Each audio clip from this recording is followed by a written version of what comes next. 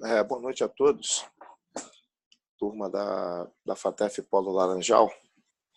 Estamos aqui agora com um texto que, por falta de desconhecimento de princípios hermenêuticos, eu vou mencionar alguns daqui a pouco, fazem toda a diferença na hora de fazer uma leitura de um texto bíblico. Então, desconsiderar os princípios, desconsiderar as regras, causa o que nós estamos presenciando aí, verdadeiras aberrações por falta de dedicação aos princípios, que foram estabelecidos para a leitura do texto bíblico a respeito da disciplina hermenêutica. Vamos lá. Então, na hermenêutica, que é a disciplina dentro da teologia que tem como responsabilidade passar para aqueles que a estudam alguns princípios básicos para se aproximar o mais perto possível da intenção do autor. Uma regra que é bastante conhecida, mas nem por isso tão bem usada assim, é que texto sem contexto é pretexto para heresia. Mas o que seria texto sem contexto? Uma outra regra também áurea da hermenêutica é a Bíblia pela Bíblia, ou a Bíblia interpreta a própria Bíblia. Uma outra regra básica da hermenêutica é a seguinte: um texto difícil, ele é explicado pelos textos fáceis. Então, um versículo, ele está sempre inserido dentro de um contexto. E uma vez que eu tiro o versículo do contexto, eu simplesmente mato o autor, mato a sua intenção, e aí coloco invencionices a partir daquele versículo, sem que o autor quisesse dizer aquilo. Então, por exemplo, uma outra regra também eu não posso dizer o que a Bíblia não diz. Eu não posso falar o que o autor também não quis dizer. Então, se tem uma carta escrita, esse autor com certeza tem uma intenção, ele tem um objetivo a ser atingido. E que, infelizmente, por falta dessas ferramentas, nós nos deparamos aí com verdadeiras aberrações.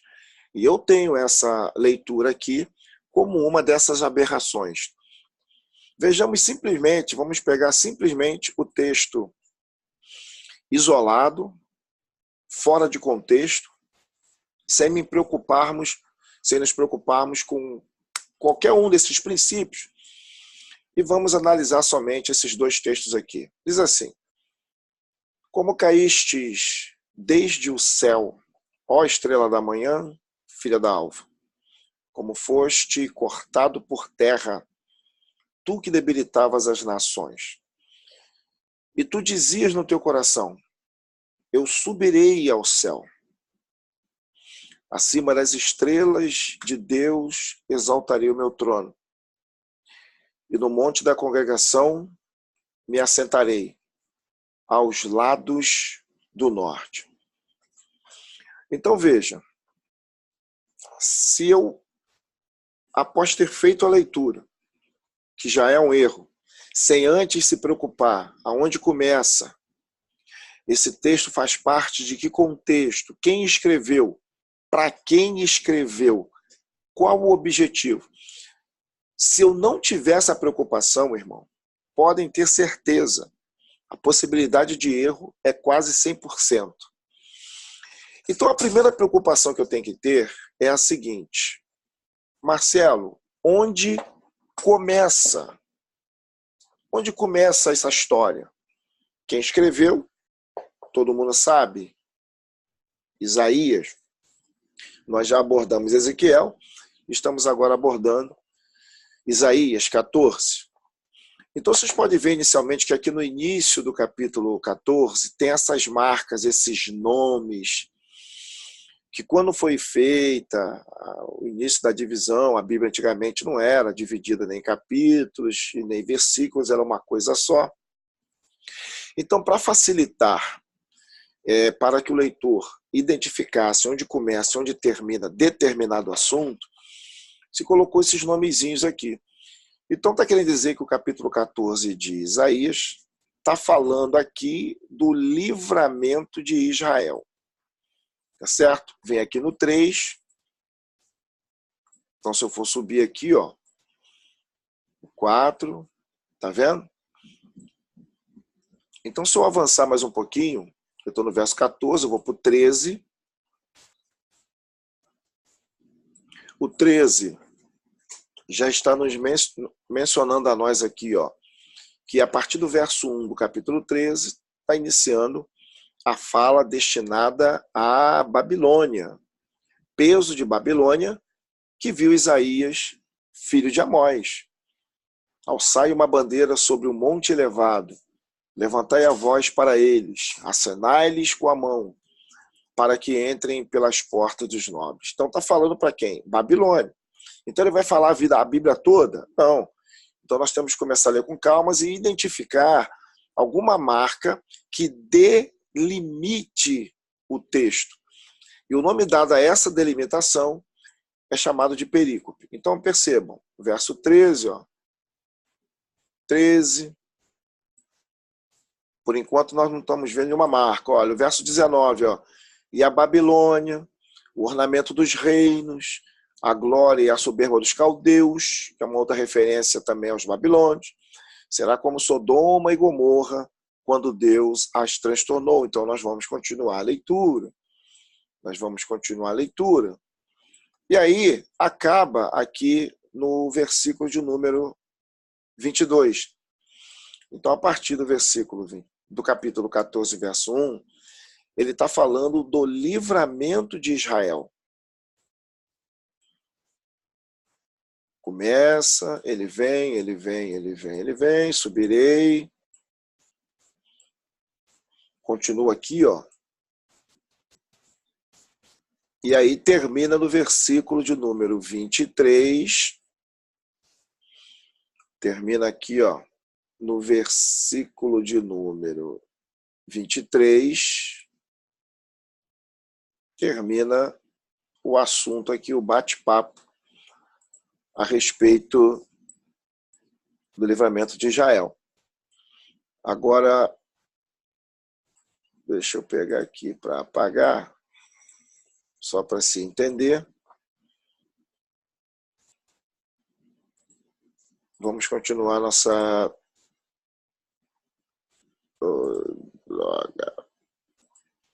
Vamos continuar nossa viagem aqui. Então, o que acontece? Se antes aqui no capítulo 13, ele está falando da ruína de Babilônia, e automaticamente, no capítulo 14, ele está falando do livramento de Israel, nós temos que também entender que aí, essa parte do livro de Isaías é um contexto pré-exílico. Então, como que eu vou fazer uma interpretação de um texto se eu também não conheço a história? Em que tempo e espaço esse texto está inserido? Então, aí começa a confusão. Já não conhece regra, já tem preguiça de ler 1 ou 2 capítulos e ainda não conhece o contexto histórico. Aí é o caos completo para a exegese do texto. Então você perceba que no exílio babilônico, o nome já está dizendo, foi a Babilônia, na figura inicialmente de Nabopolassar no norte e depois Nabucodonosor em 3 lévoas, ele vai devastar o sul, é que está o contexto. Então, o que acontece? Por onde eu começo essa história toda aqui? A ruína de Babilônia. É nesse contexto aqui é que começa, é aqui que começa a história. Então, o capítulo 14 de Isaías está inserido nesse contexto aqui de Babilônia. Então, essa historiazinha aqui, ela essa história, então, ela começa aqui. Tá certo? A ruína de Babilônia. É aqui que começa. Então, peso de Babilônia que viu Isaías, filho de Amós. Então, a mensagem começa a ser entregue ao povo que vai levar o povo de Deus para o exílio babilônico. Então, nesse exílio vai Daniel, nesse exílio vai Ezequiel, tá certo? Então, eu continuo pelo capítulo 13, e a Babilônia, ornamento, como eu já li, continua. O capítulo 14, o início, está dentro da palavra que é dada à Babilônia, porque é a Babilônia que escraviza Israel. Então já está falando de antemão, de forma profética, que haverá um livramento para Israel. Lembrando que a profecia de 70 anos foi profetizada pelo profeta Jeremias. Ok? Então, essa perícope, na realidade, ela vai do capítulo 13, verso 1, se estende pelo capítulo 14, ok? E vai até o versículo 23 do capítulo 14. Essa é a perícope. Começa no capítulo 13, verso 1, e vai até o capítulo 14, versículo de número 23. Voltando aqui agora, no mesmo texto que foi lido sem contexto, e agora nós estamos no contexto, ele vai dizer aqui, vamos ler a partir do verso de número 9. Diz assim: o inferno desde o profundo se turbou por ti, para te sair ao encontro na tua vinda. Despertou por ti os mortos e todos os chefes da terra, e fez levantar dos seus tronos os reis das nações. Então perceba que aqui, chefes da terra, rei das nações, nós estamos em um contexto terrestre, nós não estamos em um contexto celeste. Estes todos responderão e te dirão: tu também adolesceste como nós, e foste semelhantes a nós. Olha aqui novamente, nós, se referindo a seres humanos. Foi derrubada na sepultura a tua soberba, com o som das tuas violas. Os vermes debaixo de ti se estenderão, e os bichos te cobrirão. Então, os irmãos, têm certeza que essa linguagem aqui do versículo de número 11, do capítulo 14, tem alguma coisa a ver com o ser espiritual? Será que os vermes de fato vão comê-lo? Será que os bichos vão cobri-lo? Só vai poder cobrir um ser humano quando parte dessa vida.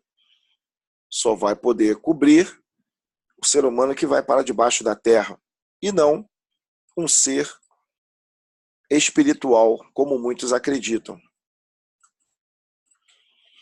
Então é evidente que essa linguagem, como caístes do céu, ó estrela da manhã, filha da alva, como foste cortado por terra, tu que debilitavas as nações, e tu dizia no teu coração: eu subirei ao céu acima das estrelas de Deus. Ora, se estivesse se referindo a um ser espiritual, e principalmente a figura de Satanás, seria uma incoerência esse texto, porque ele já estava lá. Então ele não teria que subir para lugar nenhum. Ok? Então esse texto aqui é de alguém que está em posição de inferioridade. É alguém que dentro do tempo e espaço está em um local que não é o céu, porque senão ele não poderia dizer: eu vou subir ao céu, acima das estrelas de Deus, que eu acho que quase com certeza é uma referência aos anjos.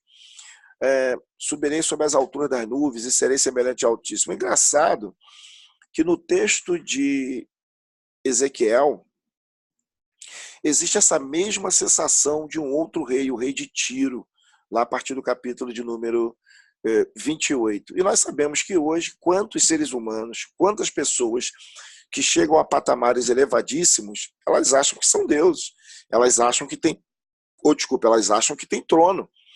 E aí, contudo, serás lançado ao inferno, ao mais profundo do abismo. E sabemos que essa palavra aqui, ela pode significar, dentro dessa expressão judaica, sepultura, tá? Ou o mundo dos mortos, na realidade, tá? Então aí existe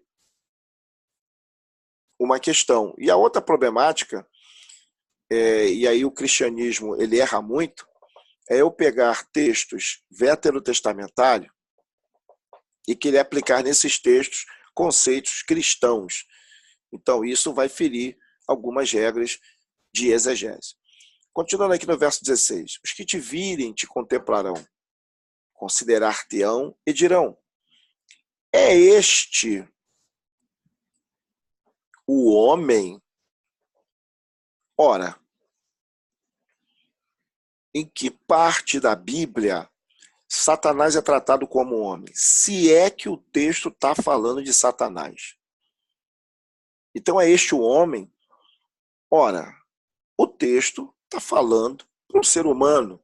O texto está falando, provavelmente, para um príncipe de Babilônia ou para o rei de Babilônia, mas nunca a figura de um ser espiritual, Satanás, porque Satanás não é homem, ele nunca foi homem e ele nunca será ser humano. Então, é o perigo de se ter desconhecimento das regras e aí dar significações aos quais o autor não estava nem preocupado com isso.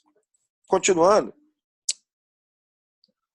que fazia estremecer a terra e que fazia tremer os reinos. Satanás fazia tremer algum reino? Eu acho que não. Continuando no verso 9. Porém, tu és lançado da tua sepultura como um renovo abominável, como as vestes dos que foram mortos atravessados à espada, como os que descem ao covil de pedras, como um cadáver pisado. E aí, continuando, porque me levantarei contra eles, diz o Senhor dos Exércitos, estiparei de Babilônia o nome e os sobreviventes, o filho e o neto. Então, o contexto, o texto dentro com a sua perícope, inserido dentro de um contexto, está falando desde o começo até o final para o rei de Babilônia, ok? E farei dela uma possessão de ouriços e alagoas de águas. Varrê-la-ei como vassoura de perdição, diz o Senhor dos Exércitos. E percebe que a partir do verso 24 do capítulo 14, muda a nação. Já não se fala mais para a Babilônia, se fala agora para os assírios. Então é uma marca de que aqui, no verso 23, capítulo 14, encerra-se a profecia que foi dada à Babilônia e que se iniciou no capítulo, se não me falha a memória, 13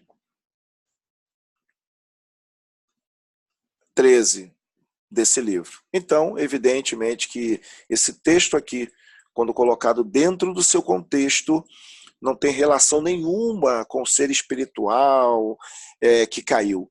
Aqui sabemos que temos linguagens figuradas, recursos literários que os redatores se utilizaram para tentar transmitir o nível que esse ser humano chegou, assim como foi o rei de Tiro em Ezequiel, capítulo de número 28.